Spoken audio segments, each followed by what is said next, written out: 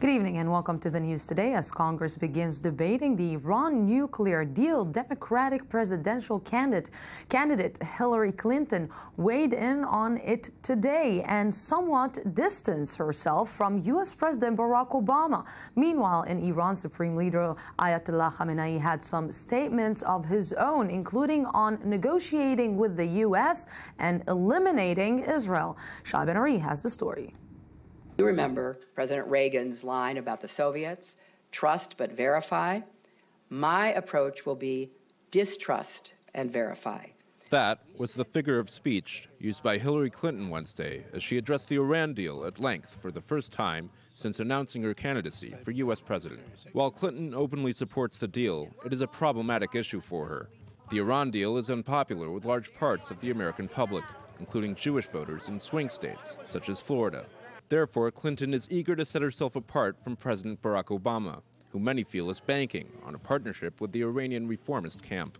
This is not the start of some larger diplomatic opening, and we shouldn't expect that this deal will lead to broader changes in their behavior. I believe this deal and a joint strategy for enforcing it makes Israel safer. I say that with humility. I'm not Israeli. I don't know what it's like to live under constant threat from your neighbors in a country where the margin for error is so thin. Many have criticized the Iran deal for not addressing the Islamic Republic's ongoing support for international terrorism and its threats against other countries in the region. These comments were made Wednesday morning by Iranian Supreme Leader Ayatollah Khamenei.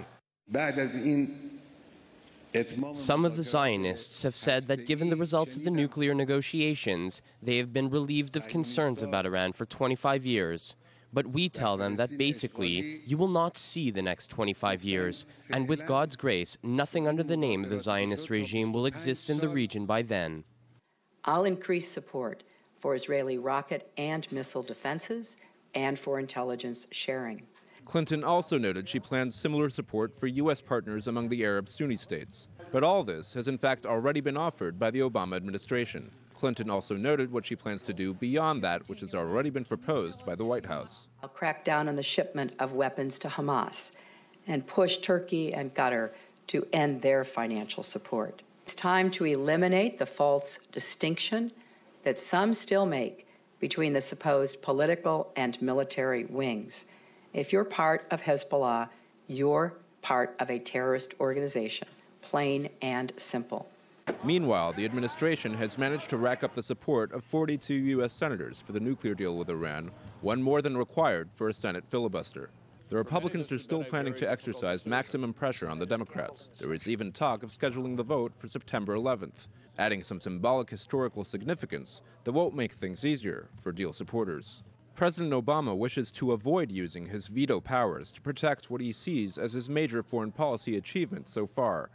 Some, however, see it as anything but.